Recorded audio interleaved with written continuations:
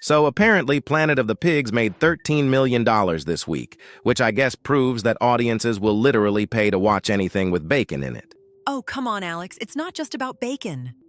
The Winged Rebellion is clearly a brilliant satire on corporate power structures and...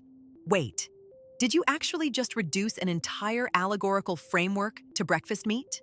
Yes, Jamie, I did. Because it's a movie about pigs with wings. That rebel. Welcome, everyone, to Umpire Magazine, the hot take. I'm Jamie, defender of cinematic dreams and apparently porcine revolution. And this grumpy voice belongs to Alex, who I swear gets more cynical every week. Speaking of dreams, #trending topped the box office with 15 million, which tells me our collective digital paranoia is finally profitable. Capitalism at its finest. Actually, that's fascinating, though. The film tapped into this universal anxiety we all have about social media surveillance and turned it into genuinely compelling thriller material. Sometimes art really does mirror our deepest fears and sometimes a cash grab is just a cash grab, Jamie. 6 out of 10 from critics, by the way.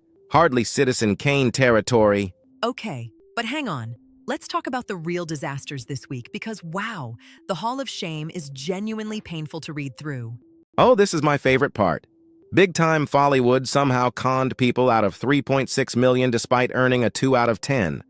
That's impressive incompetence. Money Hole with $1.3 million is just tragic. And Paper Wings at $600,000.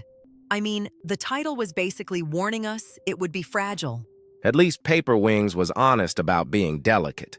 Unlike the Iran War documentary pulling in almost 11 million with a 2 out of 10 rating. Wait. That actually bothers me, though.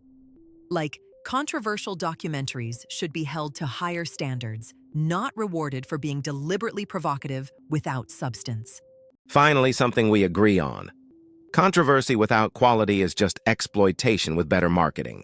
But can we please talk about next week? Because I am genuinely excited about some of these releases, especially... Oh, you mean Ridley Scott's God of War that already got eviscerated with a 2 out of 10? The critics literally said he lost whatever meager scraps of artistic integrity he had left. Brutal.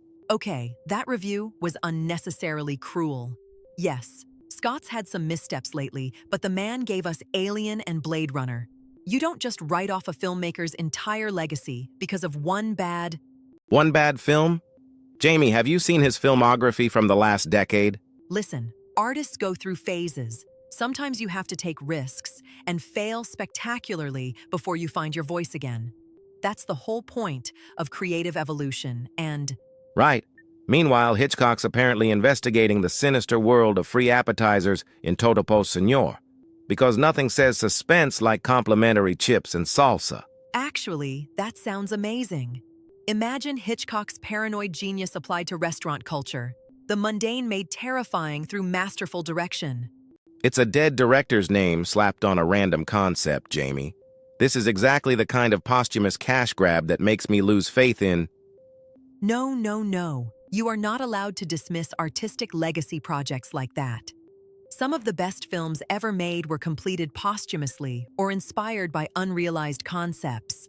And before you interrupt me again, let me just say that the Coen brothers' Bite Hard getting a perfect 10 out of 10 proves there's still genuine artistry happening. Okay, fine, I'll give you that one. The review called it the most magnificently unhinged masterpiece since Cujo learned to operate a chainsaw, which honestly sounds incredible. See? Sometimes you have to trust that filmmakers know what they're doing, even when the concept sounds completely insane on paper. Though I have to ask, what is Mel Gibson doing making something called The Nutcracker with the tagline, "No one is safe"?